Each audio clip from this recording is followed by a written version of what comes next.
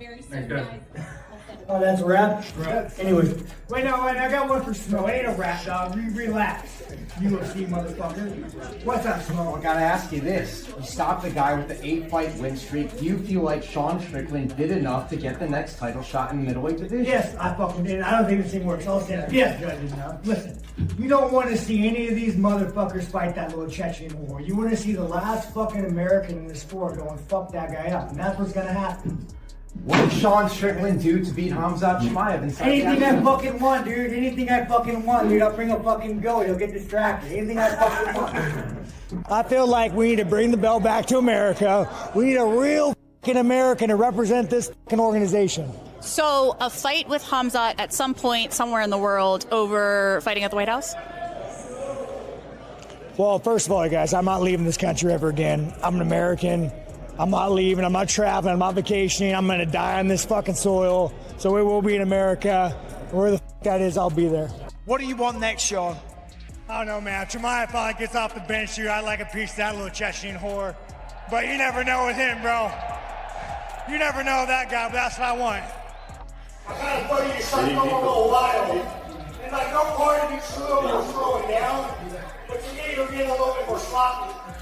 But like, no part of this man was slowing down. He was a fucking savage. Well, Josie, just a second, okay? Obviously not winning. Well, we just won 8 in a row. You something. You're a former champion. What do you want next, Sean?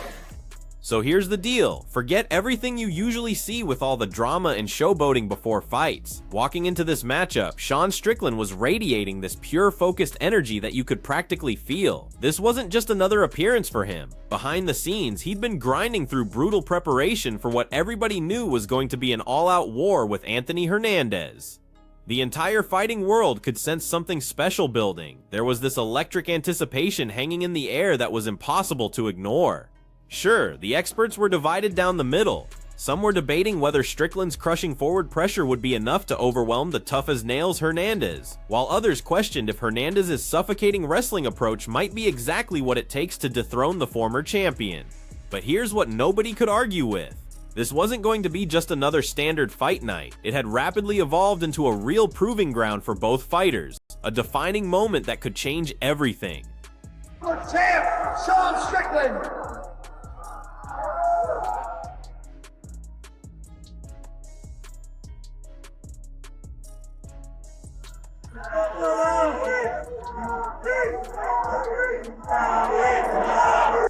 So when Sean Strickland started breaking down Anthony Hernandez's fighting history, he wasn't just looking at an impressive string of dominant wins, he was digging way deeper than that. In Strickland's brutally honest assessment, absolutely, Hernandez had built his reputation by consistently overwhelming opponents and grinding them into dust. But wait, here's what really caught Strickland's attention. He was convinced that not every single one of those dominant performances told the complete story. He believed there were hidden factors that the public never got to see, lurking behind those spectacular victories. Things like opponents already dealing with injuries before stepping in, rumors of disrupted preparation periods, or fighters entering the cage operating at maybe 60 or 70% of their true capability. So whenever Fluffy would completely dominate someone and leave the audience absolutely amazed by the one-sided beatdown, Strickland wasn't shocked at all. He believed he understood what was really happening behind the scenes. How do you know that about this guy? Like, when do you know that about a fight? I mean, that's how he's made his career, just like laying on guys, you know. But it's hard. Like, he fought Roman Dolidze, and I mean, Roman Dolidze did his camp for us. He had his, like, again, talk about injuries. He hurt his back. He didn't even train really at all that fight camp. So, like, you know, Fluffy goes in there and mauls him, and everyone's like, "Oh shit!" And you're like, me. Has been in with Roman Dolidze for 10 weeks. I'm like, this guy didn't train at all. Like, he couldn't. His back was.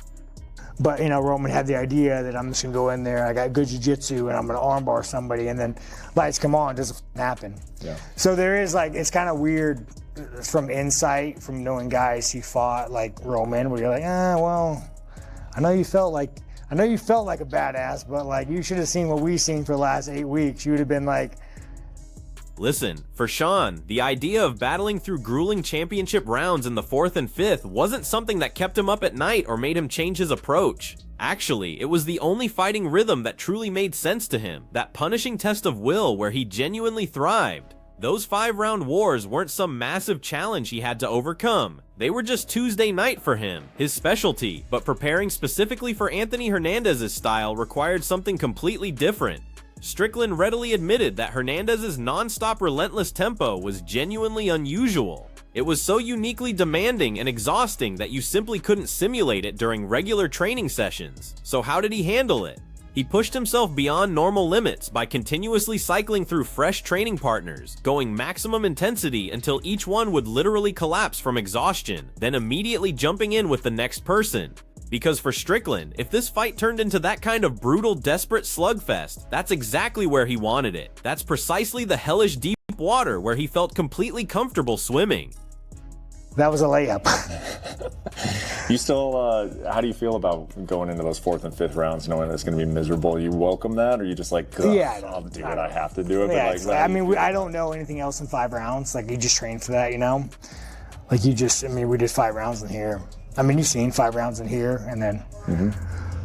Generally, I tried. You're like Fluffy's a hard guy to train for because there's nobody that really fights like him. You know, that like has that pace. So a lot of my training is like my wrestling rounds are outside of sparring. I'll go and I'll get guys. But I mean, you see me spar today. You know, you just like go with a guy until I become a dead body. Then. But while Strickland was convinced that surviving in those hellish deep waters, those championship rounds would naturally work in his favor, Hernandez was operating with a completely different mindset, seeing a much larger strategic picture. For him, this wasn't some career-defining moment or a fight that lived or died by media attention. Instead, he approached it as just another essential step in a very calculated, methodical journey toward his ultimate objective. He didn't evaluate fights based on how much buzz they created or social media engagement they generated. He carefully judged them by the concrete advancement they provided toward his dream. That championship belt remained the clear final destination. And whether defeating Strickland would place him right at the threshold of that title opportunity, or still leave a couple more dangerous opponents between him and gold, his unshakable approach wasn't going to change even slightly. Hernandez had zero interest in any fast track to the summit. He was fully committed to methodically eliminating whoever else stood between him and that belt until his claim became absolutely undeniable and impossible for anyone in the sport to ignore. I think that every fight's as big as you make it, and like, you know what I mean? I'm not where I want to be. I still want to be higher, so I'm still chasing dreams and goals. So like, I don't know. I just look at it like another fight. I'm gonna go out there to prove myself again and try to knock on that door for the title. Yeah, clearly with every step you take this step forward. Does this fight, Anthony, does this take you to the doorstep of a title fight? Obviously something that you have badly wanted for a long time. Man, I really hope so. But if not, I mean, there's only 2 more people in front of me to take out. You know what I mean? So like I said, if I got to take every out, then I will. But I mean, then there's going to be no one to clear out the division. So I don't know. I just want the belt. I'll clear that out, and then we go from there. And maintaining that exact same incredibly focused, relentlessly determined approach, Hernandez discussed Sean Strickland with obvious, genuine respect that everyone could hear. He immediately acknowledged Strickland as a battle-tested former champion, someone who had absolutely proven his worth repeatedly against the division's best fighters, and maybe even more remarkably, had consistently performed under the most brutal, uncompromising pressure you can imagine. What made this even more compelling was that Hernandez smartly avoided getting swept up in the excitement or dwelling on what Strickland had achieved against other opponents. His reasoning? Because none of those impressive victories had involved him personally. In Hernandez's laser-focused perspective, this specific fight, this exact moment, completely wiped the slate clean. He was absolutely committed to entering that octagon and definitively demonstrating that the version of Fluffy Hernandez showing up that night represented a completely new, distinctly dangerous challenge for Strickland to figure out. How do you see Sean as an opponent? Obviously somebody who has won, massive fights, beaten the best of the best. He's been champion. Where do you see him? I mean, is he washed now? Is he still that same dangerous guy? What's this guy? No, I think he's tough and he's really good. You know what I mean? He's beaten the fuck out of some great people, like you said, but all those people aren't me. So I'm looking to go in there and show what I can do against him. Next, taking center stage in the breakdown department, we had the iconic Michael Bisping, who carefully dissected the detailed statistics. He created an incredibly vivid and persuasive portrait of the contrasting approaches between Sean Strickland and Anthony Hernandez.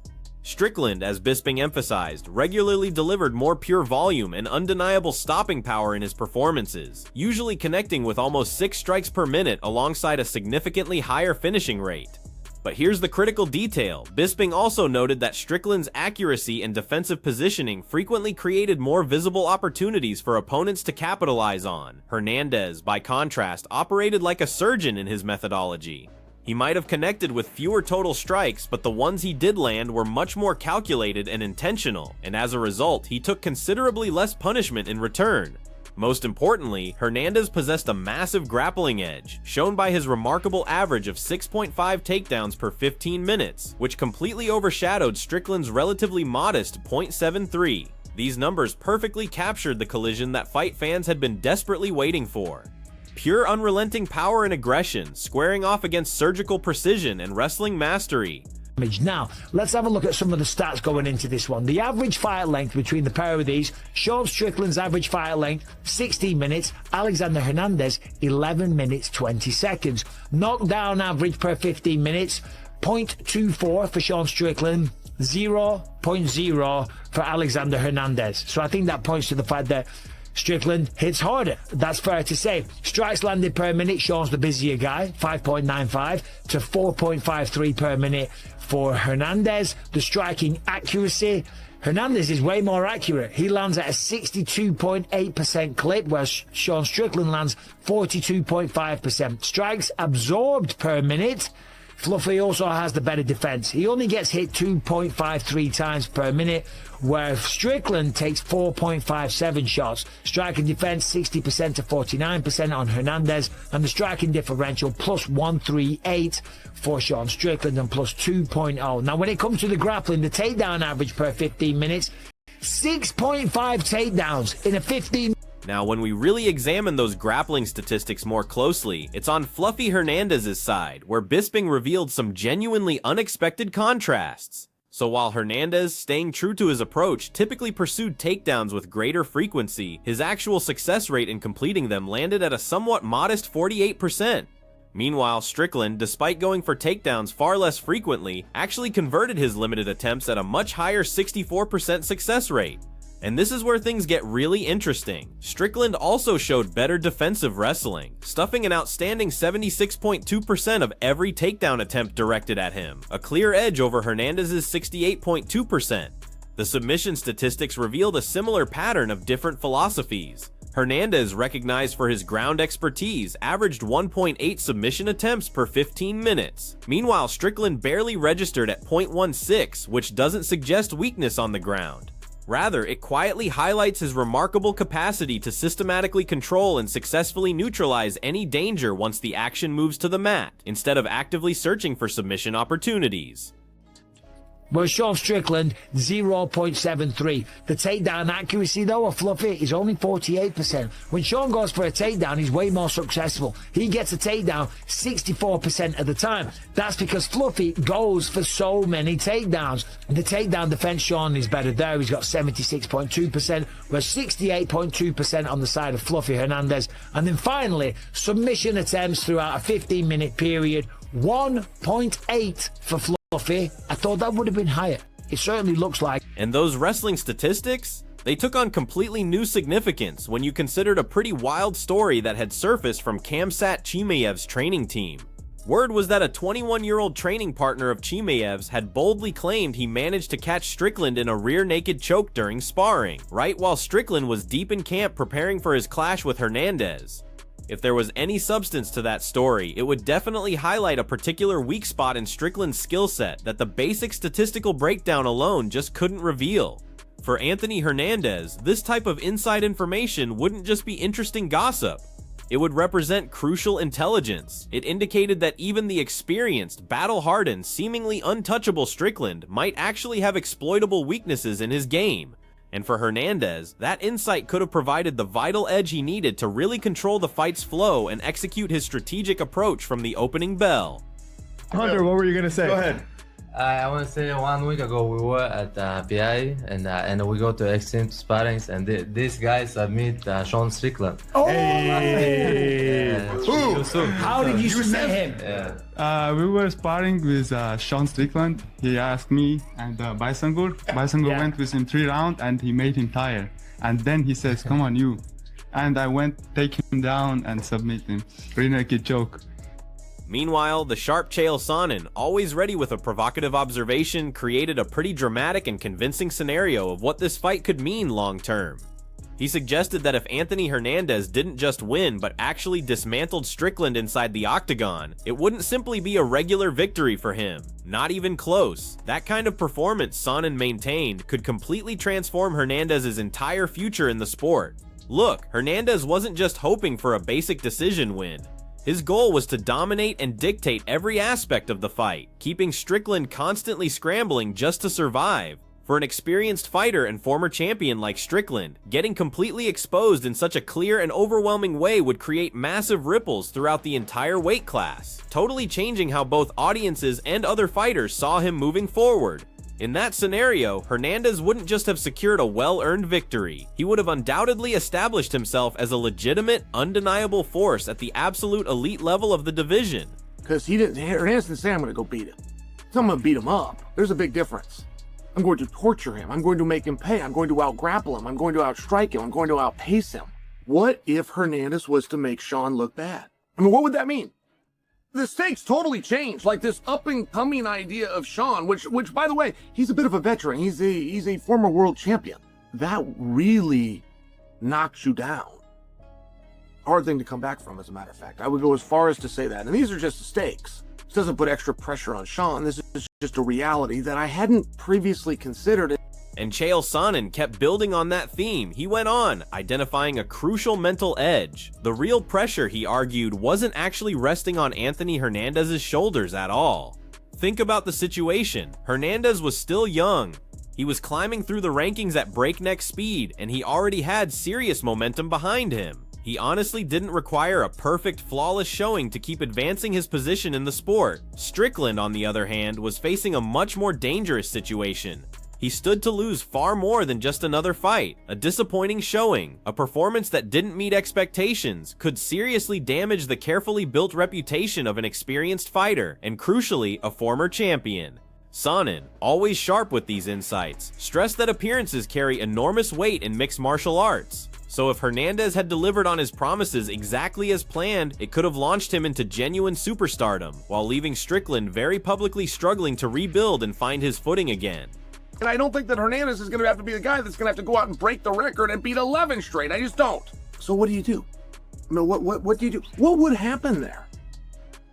Because it doesn't hurt Hernandez that bad if he gets bumped by Sean, by the way. Hernandez is a young guy. He's got all sorts of paper behind him, and now he's in the main event. Like, Hernandez got a rocket ship tied to his ass. He's going to be a star. But Sean could really fall. And the way you look does matter. What the performance looked like, it does matter. But Belal Muhammad, respected for his straightforward breakdowns, had analyzed this fight in what you could only call unforgiving detail. His read on Strickland was simple, almost routine. Muhammad expected that Strickland would, staying completely in character, talk some trash, throw endless jabs and unleash those trademark teep kicks, probably launching over 150 of them before the final bell. But this is where Hernandez really possessed a significant advantage. According to Muhammad, he had the tools to reveal gaps in Strickland's game that the raw numbers don't always show. More specifically, body attacks had clearly given Strickland problems in previous battles, and Muhammad cautioned that marching forward carelessly with that classic pressure against an elite wrestler like Hernandez might just be a formula for complete catastrophe. Muhammad's forecast was blunt. Strickland's usual rhythm and his direct style simply wouldn't survive contact with Fluffy. This would make him extremely susceptible to takedowns and relentless, overwhelming pressure, creating exactly the type of fight where Hernandez could completely impose his will and control every moment. Strickland, you know what he's going to come out and do. He's going to talk, say stupid stuff to fight week, but he's going to throw out his jab. He's going to throw out that teep. I'm going to say over under 50 teep kicks for Strickland. Fluffy's shown that he has a weakness in the body. He's gotten hurt to the body a couple times. Kevin Holland finished him with a body shot. So for Strickland, you got to keep him at that jab length. He does a lot of walking forward. I don't think that's going to help him in this fight because moving forward on a guy that wants to shoot on you and wrestle on you, it's going to give him openings to get the takedown. I'm picking Fluffy. I think that pace is going to be too hard to keep up with. I just want to see him break Strickland. Building on the pre-fight analysis, William Welch from MMA On Point spotlighted an important, frequently missed weakness in Sean Strickland's approach. Welch observed that Strickland almost never shot for takedowns on his own, and importantly, frequently maintained locked-out knees while on his feet. This stance, Welch suggested, might actually make it much simpler for Hernandez to implement his dominant wrestling attack. Welch clearly stated his desire to see Hernandez constantly apply pressure, actively forcing Strickland into grappling situations and keeping him perpetually in motion, never giving him a chance to find his comfort zone. However, despite these tactical observations, Welch was careful to recognize Strickland's legitimate grappling abilities, understanding that he was nowhere near helpless once the fight hit the mat. In the end, Welch predicted that this matchup would deliver an absolutely exciting elite-level strategic battle inside the cage, with both competitors forced to adapt and counter in real time. Sean. Oh. It's not a bad bet. I mean, yeah, I don't really see Sean Strickland shooting much on him.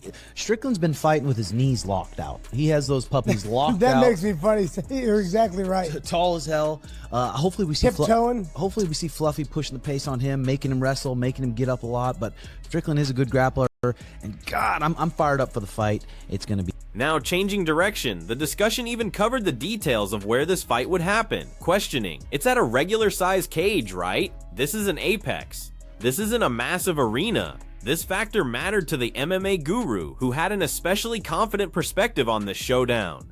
He viewed the setup as ideal for Strickland's signature teep kicks, those sharp, direct front kicks. Hernandez's midsection had been targeted successfully before, and his habit of maintaining a forward-leaning stance, the guru contended, created perfect targets that a skilled tactical striker like Strickland could definitely take advantage of. Despite Hernandez entering as the betting favorite, the guru couldn't ignore his strong intuition that a consistent, punishing series of those pinpoint front kicks and body attacks could potentially swing the entire fight towards Strickland's side, making it much tighter, much more strategic, and definitely much less predictable than the opening lines had indicated. And then we had Mario Batista, who saw this fight as an absolutely punishing endurance challenge, expecting both fighters to maintain maximum intensity from the opening seconds to the final moment. But when forced to make his ultimate prediction, Batista favored Sean Strickland, believing that Strickland's vast experience and his demonstrated capacity to manage a fight's pace might give him the winning advantage in what promised to be a relentless, action-packed war. When everything was said and done, after all those different forecasts and comprehensive breakdowns, Sean Strickland did emerge victorious, definitively finishing Anthony Hernandez by TKO in the third round. Completely proving right everyone who had trusted his crushing pressure and seasoned expertise over Hernandez's meteoric ascent.